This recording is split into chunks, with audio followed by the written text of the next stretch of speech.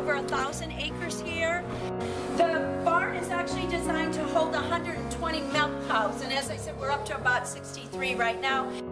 Milk is, next to baby food, the second most tested food item that humans, take into their body. So it is highly tested. When they're 1,100 pounds, you want to breed them. My husband does all the breeding artificially. We do have a bull that we use as a backup. They should be 2 years old when they have their first calf. And after they calve, then you want to breed them back 2 months later. And then, they milk and it goes up, and then of course they plateau off with their milk production, and then it goes down.